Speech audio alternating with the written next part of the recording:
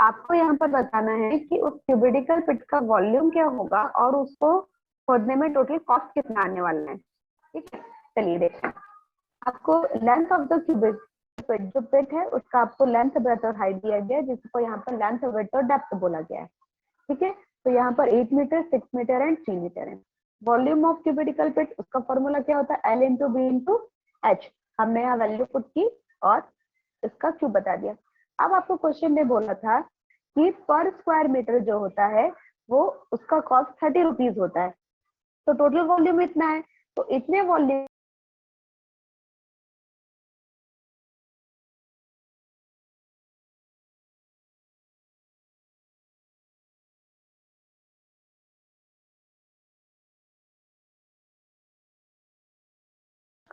Ma'am आप बार बार हट जा रही हैं। बेटा नेटवर्क इशू है, मैं अपनी मर्जी से नहीं हो रही हूँ, नेटवर्क इशू की वजह से बार बार लिंक हट जा रहा है। नेटवर्क थोड़ा सा आज प्रॉब्लम कर रहा है।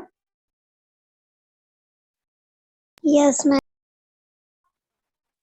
ठीक है, नेटवर्क की वजह से बार बार हट रहा है।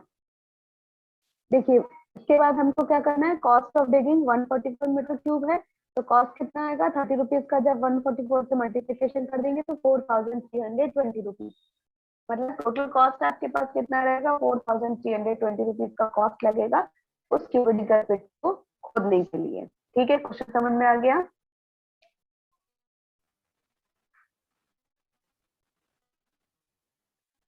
क्वेश्चन समझ में आया, मेरी वॉइस आ रही है?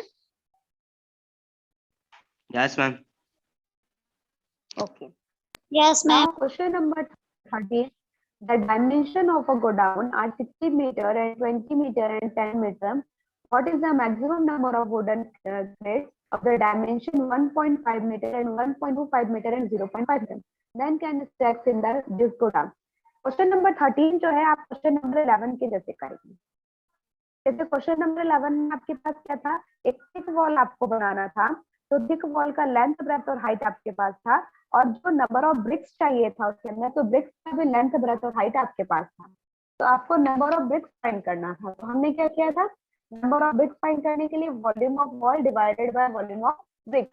तो सेम यहाँ पर आपको करना है, गोडाउन जो है, गोडाउन का लेंथ, ब्रेथ और हाइट आपके पास है, उस गोडाउन के अंदर जो वुडन बॉक्स वहां पे रखना है, वुडन क्रेट्स जो है वो जो आपको रखना है, उसका लेंथ, ब्रेथ और हाइट आपके पास दिया गया है। तो बताना है उस हॉल के अंदर, उस गोडाउन के अंदर कितने वुडन बॉक्स आ सकते हैं। तो आपके पास क्या है, गोडाउन जो है उसका लेंथ,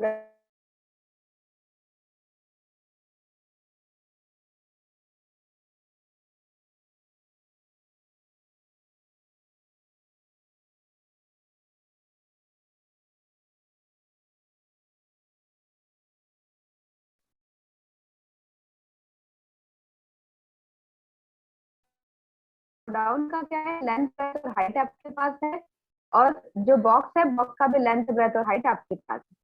आपको क्या निकालना है, जो that can be stacked in this godown, godown के अंदर कितने बॉक्स आ सकते हैं। तो नंबर ऑफ कैरेट्स के लिए आप क्या करेंगे, volume of godown divided by volume wooden box. ठीक है, तो दोनों को ही क्या कर लोगे, डिवाइड कर दोगे दोनों के वॉल्यूम को, तो आपका आंसर आ जाएगा, बन जाएगा question number 13 as it is question number 11 कर लोगे।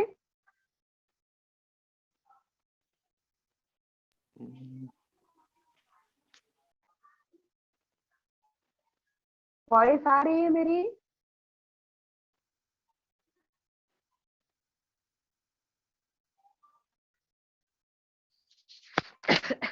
वॉइस आ रही है? मैं एक बार और समझा दो ना।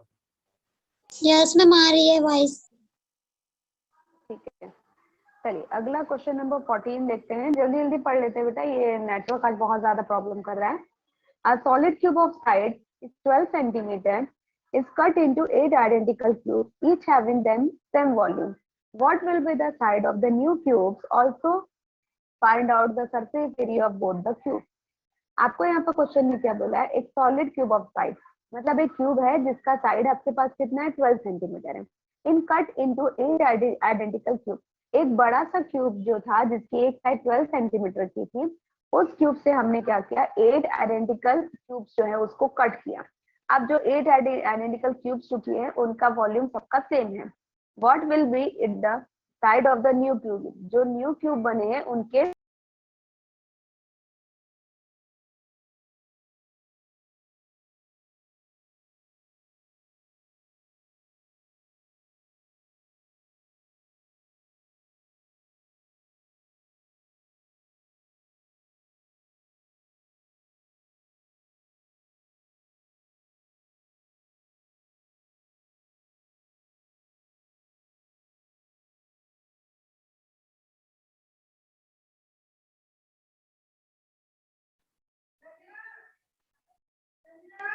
आ रही है आवाज अब?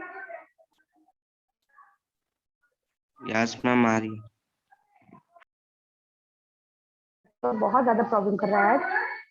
आपको यहाँ पर क्या फाइंड करना है कि जो न्यू क्यूब है उसका साइड क्या है वो भी आपको फाइंड करना है, और जो बड़ा वाला हमारे पास सॉलिड क्यूब था जिसकी एक साइड 12 सेंटीमीटर है उसका भी आपको क्या निकालना है? सरफेस एरिया निकालना है. और दूसरा जो आपने क्यूब जो 8 आइडेंटिकल स्मॉल क्यूब बने हैं उनका भी आपको सरफेस एरिया फाइंड करना है. ठीक है, तो क्वेश्चन नंबर 14 देखते हैं.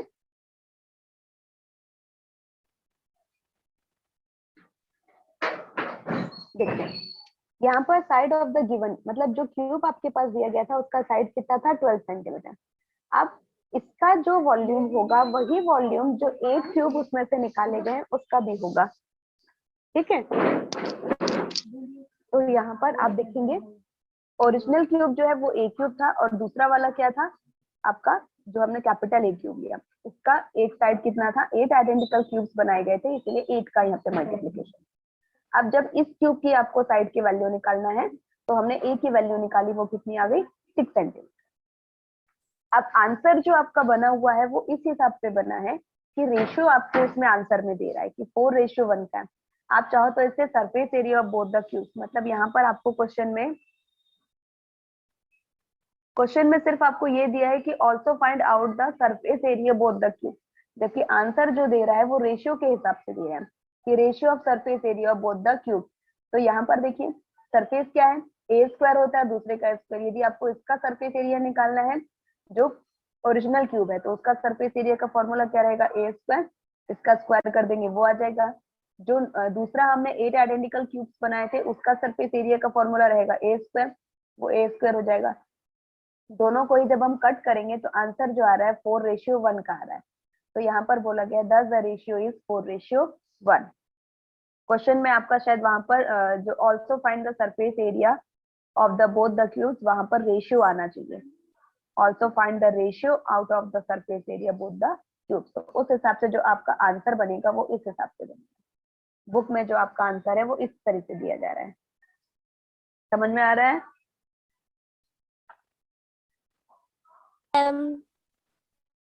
Okay. Now last question.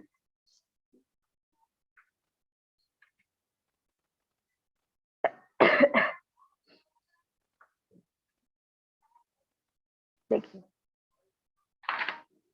Last question हम देखते हैं.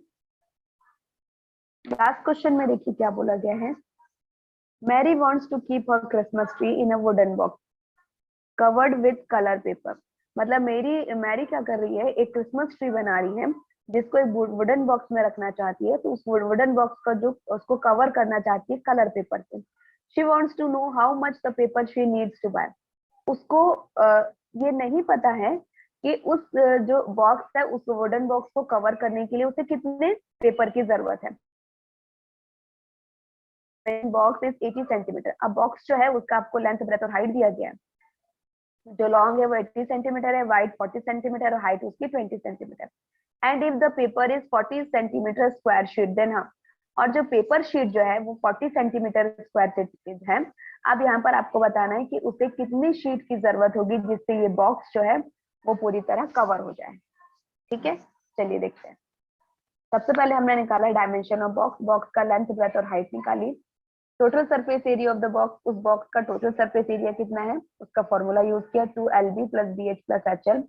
वैल्यू हम यही पुट कर रहे हैं, एल बी और एच की वैल्यू. एल की वैल्यू 80, ब्रेथ की वैल्यू 40 और हाइट इसकी 20.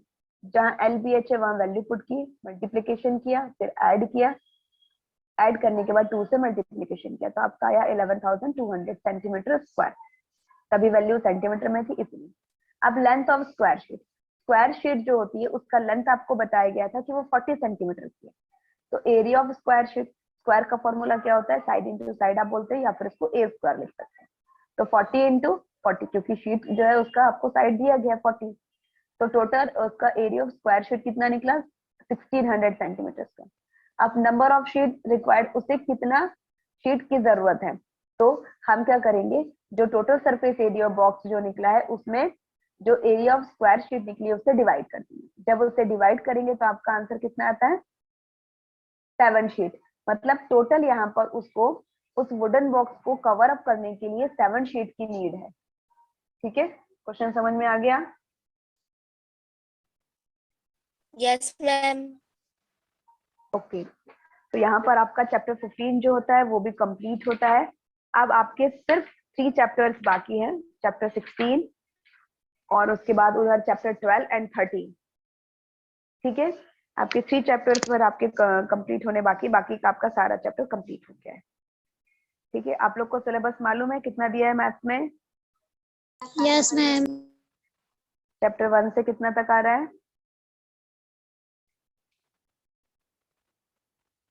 14 चैप्टर तक आ रहे हैं ना मैम? जिसमें से 12 और 13 मैंने नहीं पढ़ाया है। ठीक है, यस मैम। चैप्टर 1 to 12 है, 1 to 11 है और उसके बाद इधर चैप्टर 14 है। ठीक है, यस जितना सिलेबस आ रहा है उससे एक चैप्टर हमारा ज्यादा ही है, अभी पढ़ा दिया गया है। ठीक है, तो आप लोग मोस्टली ज्यादा से ज्यादा कंसंट्रेट करिए अपनी स्टडी पर और कोशिश करिए हाफ क्वार्टरली में जितना पोर्शन आ गया था उससे ज्यादा जो भी पढ़ाया गया है उस पोर्शन पर आप ज्यादा से ज्यादा ध्यान देंगे। मोस्टली क्वेश्चन जो है चैप्टर 5 के बाद से ही बनना स्टार्ट होगा क्योंकि वो सिलेबस आपका नहीं आया है। तो कोशिश यही रहे कि ज्यादा से ज्यादा आप चैप्टर 6, 7, 8, 9, 10, 11, 14 इन चैप्टर्स को ज्यादा ट्राई करें। Yes ma'am. ठीक है, और रिवीजन क्वेश्चंस आपको नहीं दिए जाएंगे। हाँ, आपको यदि किसी भी चैप्टर में किसी भी क्वेश्चन में कोई भी डाउट है,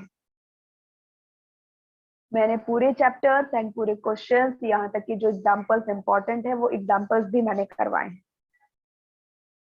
ठीक है, तो आप लोगों को यदि किसी भी क्वेश्चन में कोई भी डाउट है तो जब रिवीजन क्लासेस स्टार्ट होंगी तब आप मुझसे बिल्कुल पूछ सकते हैं। ठीक है, मैम रिवीजन कब से स्टार्ट होगा? रिवीजन चाहो तो हम अभी आप मुझे कल और परसों 2 दिन के अंदर सारे नोट्स प्रोवाइड करवा दीजिए जितना भी आपका कंप्लीट हो गया है। ठीक है, मैं नोट्स आपका आप लोग का चेक कर देती हूँ, उसके बाद हम रिवीजन स्टार्ट कर सकते हैं। यस ठीक है, क्योंकि हमारा सिलेबस तो कंप्लीट हो गया पढ़ाने का। Yes ma'am. ठीक है, तो आप लोगों को मैं चैप्टर बता दूंगी कि आज मैं ये वाला चैप्टर का रिवीजन करवाना चाहती हूँ एक दिन पहले ही। उनमें से आपको जो क्वेश्चन लगता है कि नहीं समझ में आया है आप उन क्वेश्चंस को फाइंड आउट करिए और उसके बाद फिर मुझे बताइए। ठीक है, यस मैम। ओके, और किसी को कोई डाउट है? No ma'am. No ma'am. कोई डाउट नहीं? ओके, ठीक है। अभी जो बोल रहा था वो कौन बोल रही है? Preeti Sahu? Yes ma'am. Okay, ठीक है। चलिए, तो मैं मीटिंग आपकी ओवर कर रही हूँ और जितना भी नोट्स अभी करवाया उसको मैं आप लोग को सेंड कर दे रही हूँ। ठीक है, यस मैम।